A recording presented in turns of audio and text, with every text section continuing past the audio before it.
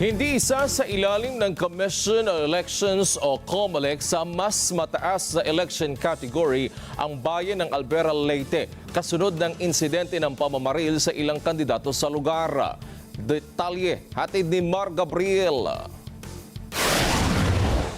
Mananatili sa yellow category ang bayan ng Albuera, Leyte. Yan ang nilinaw ni COMELEC Chairman George Erwin Garcia sa kabila ng nangyaring pamamaril sa self-confessed drug lord na si Roland Kerwin Espinosa na tumatakbong alkalde sa lugar.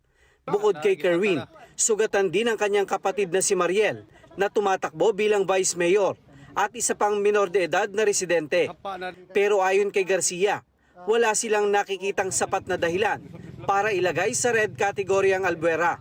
So far naman mukhang hindi kinakailangang magtaas ng classification doon sa lugar. Kasi naman, medyo sa base sa investigasyon ng PNP, ay meron na silang napunto na maaaring responsible dito o kaya pwedeng mapanagot. Sa amin, in the meantime, sapat na muna yon. Bakit natin guguluhin yung kabuuan ng buong syudad kung hindi o bayan, kung hindi naman pala apektado at meron lamang iilan na responsible dito?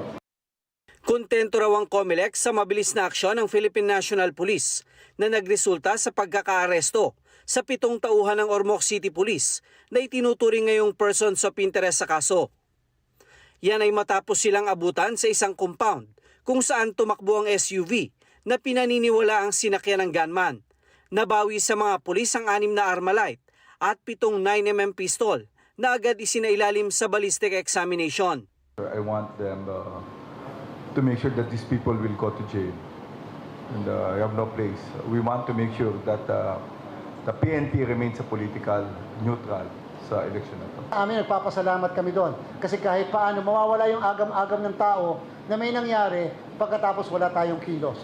Yun lang naman lagi ang gusto natin. Hindi po natin kayang pigilan ng isang krimen. Dahil meron talaga nagagawa niyan. Pero ang importante, maaresto yung gumawa ng krimen. Kahapon, nagsagawa ng Interagency Command Conference ang mga opisyal ng COMELEC, AFP, PNP at Philippine Coast Guard sa Campo Aguinaldo kung saan tinalakay ang preparasyon sa eleksyon. Kasama na rito ang pag-activate ng PNP sa kanilang Task Force BARM at Task Force ABRA. Force, nakatutok lang sila sa eleksyon. Wala silang ibang munang gagawin, eleksyon lang.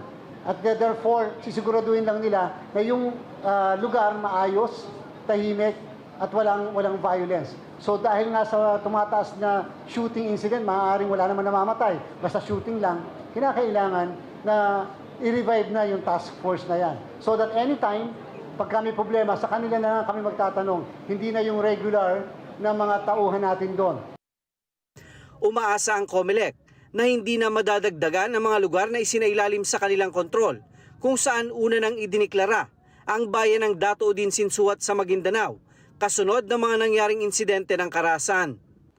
Mar Gabriel, para sa Mata ng Agila. Matatag, matapang, matapat.